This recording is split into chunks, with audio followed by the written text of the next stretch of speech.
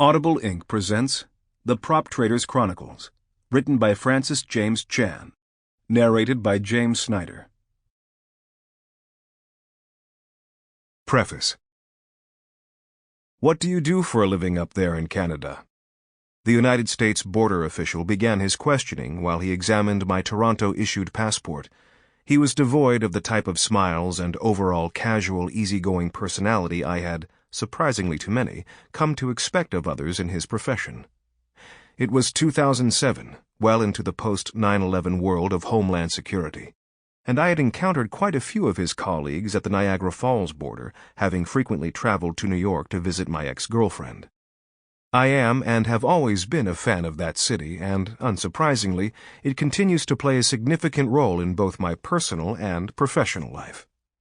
"I'm a trader," I answered. "A traitor?"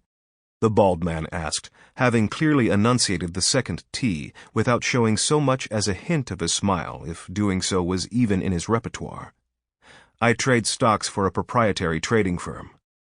"What kind of stocks are there to trade up there in Canada?" "I only trade New York Stock Exchange-listed stocks right now, actually, at a firm in Toronto."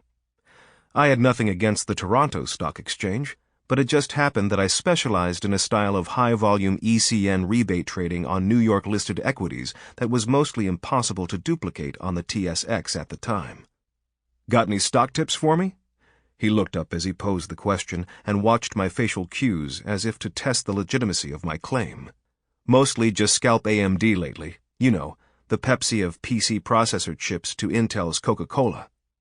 Obviously, the references had gone well over the border official's head. "That's it? You just trade one stock all day?" He raised an eyebrow. In reality, I switched between a small basket of stocks at the time, but a simple yes sufficed.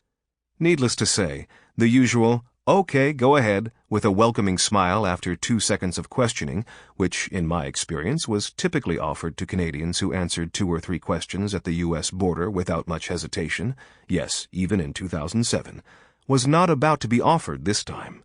Instead, the man asked to see the contents of my wallet and spent the next 10 minutes going through every single item. Naturally, he closely examined a business card, the one from my floor manager at the Toronto-based proprietary trading firm, or prop firm for short, where I worked at the time, and analyzed it as if it were a piece of vital evidence in a crime scene investigation. Eventually, after meticulously inspecting each and every item in the wallet, he nonchalantly handed all of my credit and debit cards, ID cards, passport, and U.S. cash back to me in— Sample complete. Ready to continue?